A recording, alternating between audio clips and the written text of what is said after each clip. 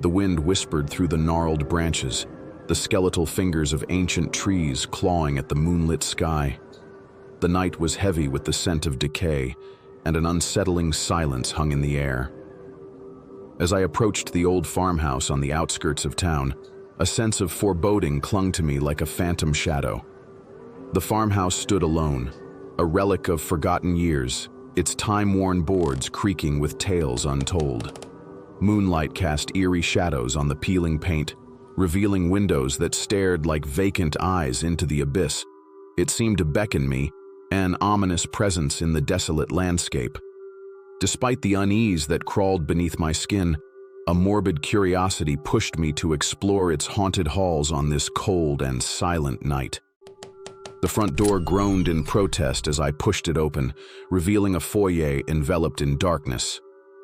A rank odor, a combination of mildew and something far more sinister, assaulted my senses. My footsteps echoed through the cavernous space, and the very air seemed to thicken with the weight of forgotten memories. I ascended a creaking staircase that groaned beneath my feet. The oppressive silence intensified, and the atmosphere seemed to vibrate with a presence unseen. On the second floor, the narrow hallway stretched before me like a labyrinth of shadows. A distant sound echoed through the desolation, a haunting whisper, barely audible but enough to send a shiver down my spine. The oppressive air seemed to thicken with an unseen force, and a voice, ancient and guttural, murmured unintelligible words that clawed at the edges of my consciousness. I stumbled upon a door, revealing a room cloaked in darkness. Hesitant, I pushed the door open, and I saw a space frozen in time. Dust-covered furniture adorned the room, and a grand mirror stood in the corner. The air grew colder still, and an icy draft whispered through the room. Suddenly, a violent gust of wind slammed the door shut behind me, plunging the room into pitch darkness. The unsettling whispers turned into ghostly wails, and the oppressive force in the room became more clear. Panic gripped me, urging me to escape whatever this was I was experiencing. The ghostly wails intensified, and the room seemed to close in on me. It was as if I started seeing shadows move in the corner of my eye. As I struggled with the unyielding door, a sinister presence materialized before me, a malevolent apparition, its form shrouded in tattered garments. Its eyes glowed with an otherworldly malevolence, and a twisted grin carved into its spectral face sent terror coursing through my veins. Panic surged as I gasped for breath, its presence alone casting a paralyzing effect over my entire body, my mind consumed by fear. Desperation fueled my struggle. With a surge of will, I tore myself free from its ethereal grasp, crashing to the floor. The room seemed to convulse, the mirror shattering into 1,000 shards that echoed with the tormented cries of lost souls. As I scrambled to my feet, the door swung open, revealing the hallway beyond. The ghostly wails receded, replaced by an unnatural silence that settled like a heavy fog. The air was thick with the residue of the violent encounter, and the farmhouse seemed to pulse with a malevolent energy. I stumbled through the darkened corridors, the oppressive atmosphere pressing down on me. Whispers echoed through the desolation, unintelligible voices that seemed to mock my feeble attempts to escape.